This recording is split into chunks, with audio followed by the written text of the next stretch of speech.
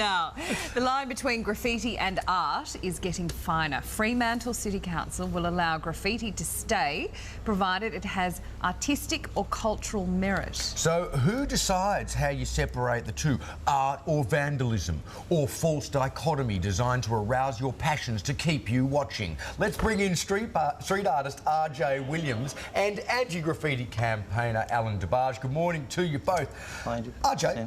Let's start with you. You got your break by doing street graffiti. Now you're showing at the Art Gallery of New South Wales and the Museum of Contemporary Art. You know, there's been a real move to bring street artists into the fold as such, you know, people like Shepard Fairey and Banksy and Space Invader and all that. What's, in your eyes, what separates graffiti from art?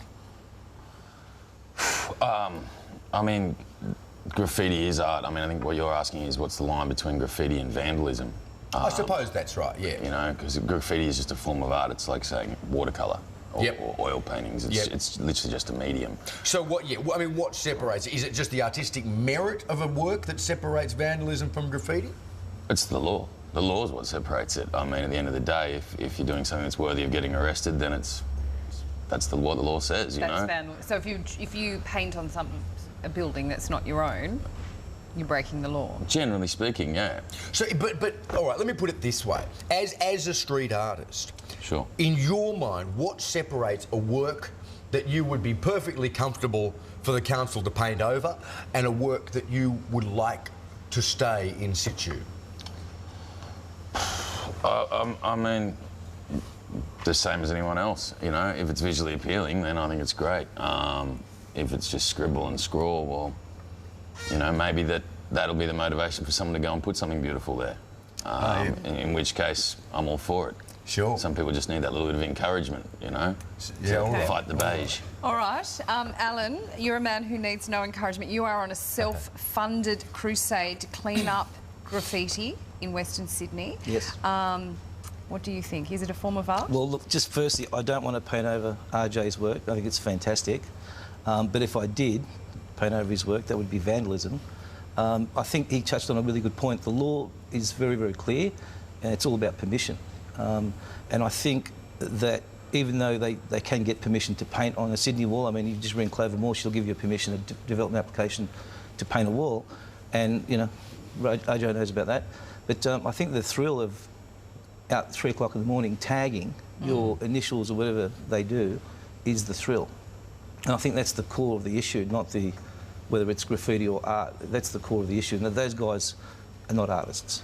I mean, it's just rubbish scribble, and, you know, on people's fences and council. Yeah. The tough thing, I guess, Alan, is that, you know, so many works that, you know, were viewed in their infancy as simply vandalism, such as the Martin Luther King mural in Newtown in Sydney, or some of the murals in ACDC Lane down in Melbourne, for example. Yep. I mean, they were seen just as vandalistic graffiti, but have now become recognised as genuine and iconic works of art.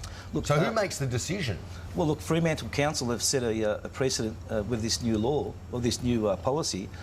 They want the people that paint over the graffiti to make the decision and refer it to the council. That's ridiculous. I mean, can you believe, you know, RJ does a piece, illegal piece, and you know, someone from the council that cleans graffiti, nothing against those people, but I don't think they're qualified to determine whether his art, it's a piece of art or it's a scribble. That's what they've said. They're going to refer it to the council art department, and then they'll come out. But the first person to see the artwork is going to go, oh yeah, I mean, I don't like that. Or it could be a nice piece of work, a good stencil, a bit like Banksy. Yeah. We're really out of time, but how much pressure is there on art? You're a successful artist now, but how much pressure is there for young people who want to be like you to go out and start tagging things in order to try and get ahead?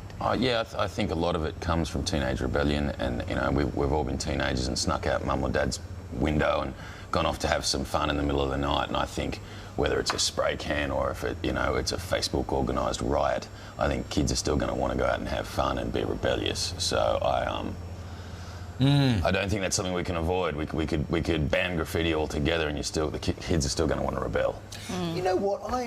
This debate sort of this morning has been so much more reasonable than I imagined it was going to be. It is such a delight. No, but you're all very civil. Two people speaking to each other so sensibly and We both civilly. agree that it's a form of art. So, but the stuff that I'm against, I think he's against the same thing. Yeah. So we're on the same page with that regard. Yeah. Raises another question for another time, unfortunately, as to whether or not it's still graffiti art if you're allowed to do it. Is the rebellion an not as much essential fun, part is it? of the art? That's for another time. We've got to move on. Way to go. RJ, Alan, thank you very much. Thanks It's for such a having us. civilised debate. It's what we like to do here on Weekend Sunrise. No, we don't. We like to inflame people's passions, Don't Sam, argue with as I me. said before. Just do what you're told. Straight ahead this If you think morning. I should do what I'm told, get on the soapbox and let Sam know. Everybody vote for me.